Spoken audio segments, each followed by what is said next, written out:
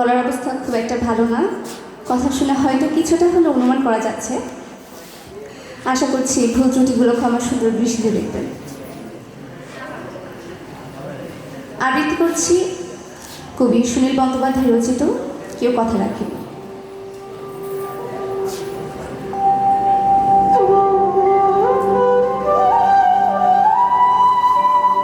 কেউ কথা রাখেনি। ৩৩ বছর কাটলো, কেউ কথা রাখেনি। ছেলেবেলায় গোষ্ঠী তার আগমনের গান হঠাৎ থামিয়ে বলেছিল, শিবরা দাদু সেদিন অন্তরটুকু শুনিয়ে যাবে। তারপর কত চন্দ্রভোগ অমাবস্যা চলে গেল, সেই গোষ্ঠী আর এলো না। ২৫ বছর প্রতীক্ষায় আছে। মামাবাড়ির মাঝে নাদিরাকে বলেছিল, বড় হও দাদা ঠাকুর, তোমাকে আমি ৩ প্রহরের বিল দেখাতে নিয়ে যাব। সেখানে পদ্মফুলের মাথায় সাপ আর ভ্রমর খেলা করে। নাদের আলী, আমি আর কত বড় হব?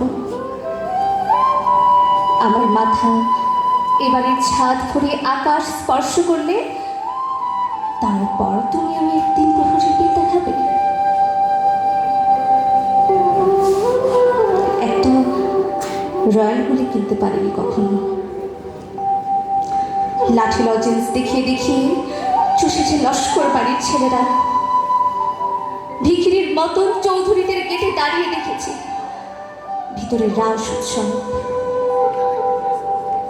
অবিরল রঙের ধারার মধ্যে সুবর্ণ কঙ্কন পরা ফর্সা রমণীরা কত রকম আমোদে হেসেছে। আমার দিকে তারা ফিরেও চায়নি। বাবা আমার কাঁধ ছুঁড়ে বলেছিলেন, দেখিস দেখিস একদিন আমরাও। বাবা এখন অন্ধ। আমাদের দেখা হয়নি কিছুই। সেই রয়্যালগুলি, সেই লাঠি লজেন্স, সেই রাস উৎসব আমার কেউ ফিরিয়ে দেবে না।